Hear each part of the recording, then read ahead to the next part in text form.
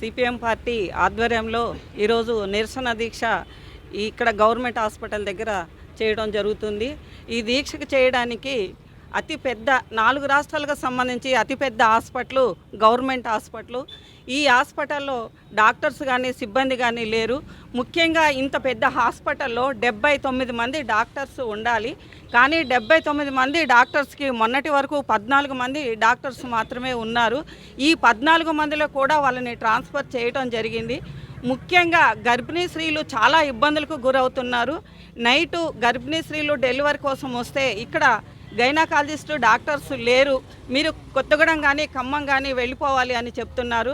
వాళ్ళు వెళ్ళే పరిస్థితుల్లో అతి పేదవాళ్ళు గవర్నమెంట్ హాస్పిటల్కి ఎక్కువ శాతం వస్తారు. వాళ్ళు ఇక్కడ నుంచి వెహికల్ తీసుకొని వెళ్ళాలి అని అంటే భయాందోళనకి గురవుతున్నారు. ముఖ్యంగా గైనకాలజిస్టు డాక్టర్స్ని వెంటనే ఇక్కడ నియమించాలి.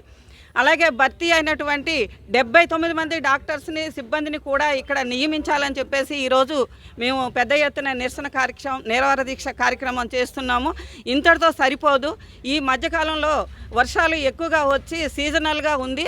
జ్వరాలు ఎక్కువగా ఉన్నాయి. డెంగ్యూ, మలేరియా ఇలాంటి విషపు జ్వరాలు ఎక్కువగా ఉన్నాయి. వీటికి సంబంధించిన డాక్టర్స్ ఇక్కడ లేరు.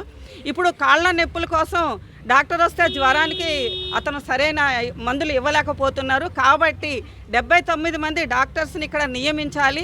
నియమించకపోతే ఈ ఒక్కరోజు నిరసన దీక్ష కాదు. ఈ డాక్టర్స్ని ఇక్కడ నియమించేంత వరకు కూడా పెద్ద ఎత్తున సిపిఎం పార్టీగా పోరాటం చేస్తామని చెప్పేసి మేము తెలియజేస్తున్నాం.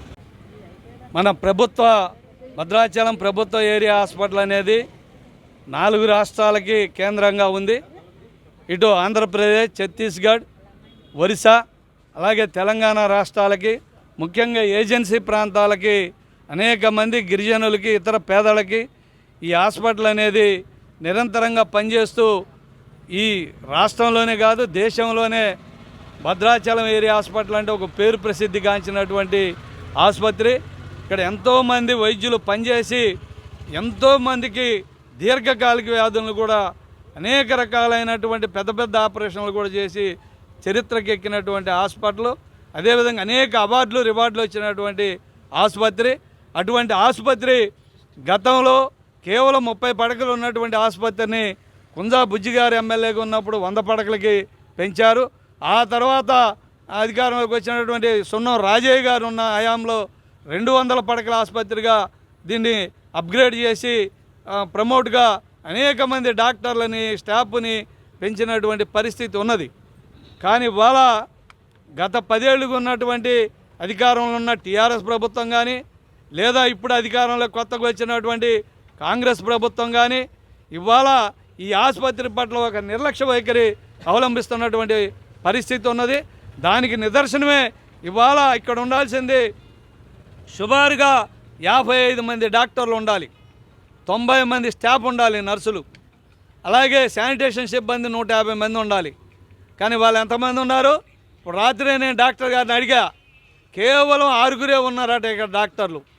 నర్సులు 11 మంది ఉన్నారు. అంటే 44 మంది నర్సులు కావాలి. అదేవిధంగా డాక్టర్లు కూడా సుమారుగా 40 మంది పైన డాక్టర్లు కావాల్సినటువంటి అవసరం ఉంది. ఎందుకోసం దీని పట్ల ఇంత నిర్లక్ష్యం? ఇవాళ ఇక్కడ ఎంపీ గెలిచింది అధికార పార్టీ ఎంపీ, ఇక్కడ ఎమ్మెల్యే గెలిచింది అధికార పార్టీలోనే ఉన్నారు ప్రస్తుతం.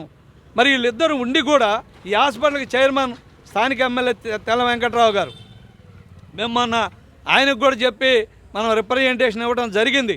అయ్యా ఇక్కడ స్టాఫ్ లేరు, డాక్టర్ లేరు, ఇక్కడంతా పేరుకి హాస్పిటల్, పేరు గొప్ప తప్ప ఊరి దెబ్బ అని చెప్పి మేము స్పష్టంగా చెప్పడం జరిగింది.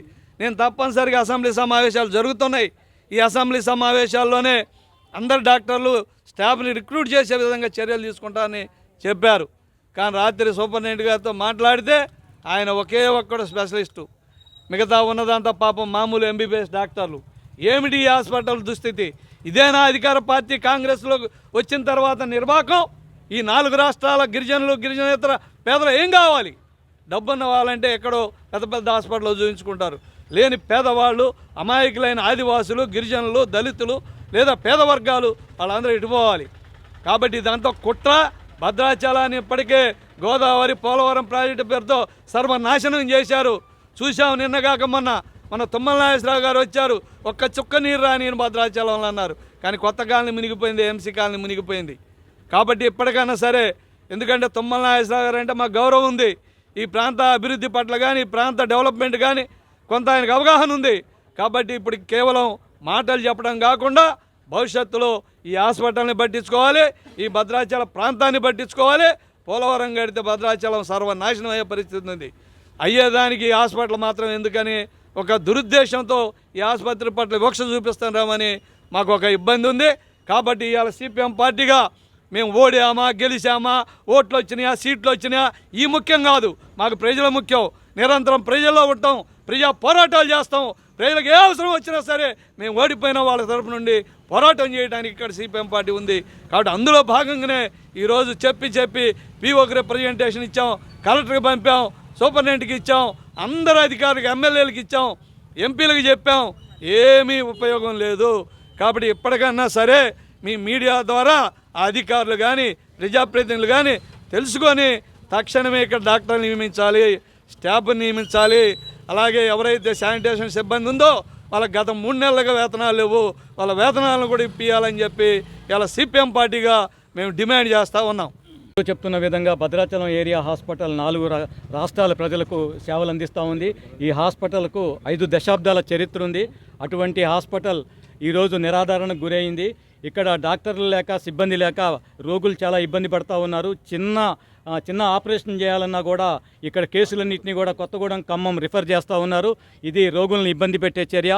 గతంలో ఇందాక చెప్పుకున్నట్టుగా గతంలో ఎమ్మెల్యేలుగా ఉన్నటువంటి సున్నవరాజయ్య గారు, బొజ్జి గారు ఈ హాస్పిటల్కి ఏ ఇబ్బంది వచ్చినా డాక్టర్ల విషయంలో, అదేవిధంగా సిబ్బంది విషయంలో అసెంబ్లీలో మాట్లాడి ఈ యొక్క భద్రాచలం ఏరియా హాస్పిటల్ని ఈ స్థాయి ఉండటానికి గతంలో అనేకటువంటి పోరాటాలు చేయడం జరిగింది. అదేవిధంగా మిడియం బాబురావు గారు కూడా మన భద్రాచలం ఏరియా హాస్పిటల్లో అప్పుడు ప్రసూతి వార్డు లేదంటే వెంటనే ఆయన నిధుల నుంచి 10 లక్షల రూపాయలు 2006లో ఇచ్చారు. ఇప్పుడు ఆ ప్రసూతి వార్డు కూడా పనిలో ఉంది.